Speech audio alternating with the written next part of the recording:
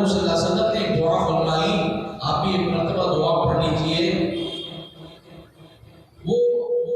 پہلے تو اللہ کے نبی صلی اللہ علیہ وسلم نے صحابہ کو یہ دعا سکھلائی تھی،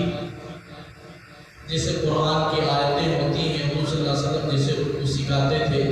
ایسے حضور صلی اللہ علیہ وسلم یہ دعا بھی فرمایا کرتے تھے۔ پڑھ لو ایک مرتبہ، اللہم بارک لنا فی رجب و شعبان وبلغنا رمضان۔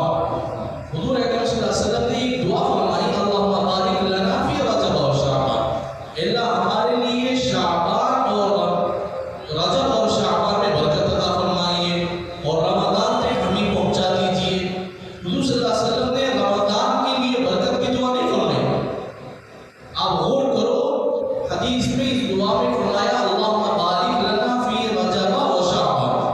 اللہ رجب اور شعبان میں ہمارے لیے اس دو مہینے میں، ان دونوں مہینوں میں برکت عطا فرما،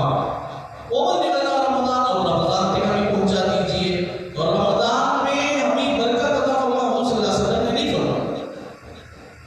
آپ غور کرو کہ اس دعا پر حضور نے کیوں نہیں فرمائی؟ اکابرین فرماتے ہیں کہ وہ رمضان کا مہینہ خود برکت والا مہینہ ہے، خود رحمتوں والا مہینہ ہے، آگ سے آزادی دلانے والا مہینہ ہے، لوگوں کی مغفرت کرنے کے لیے وہ مہینہ آتا ہے،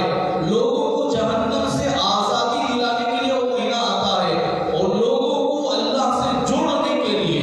اللہ کے قریب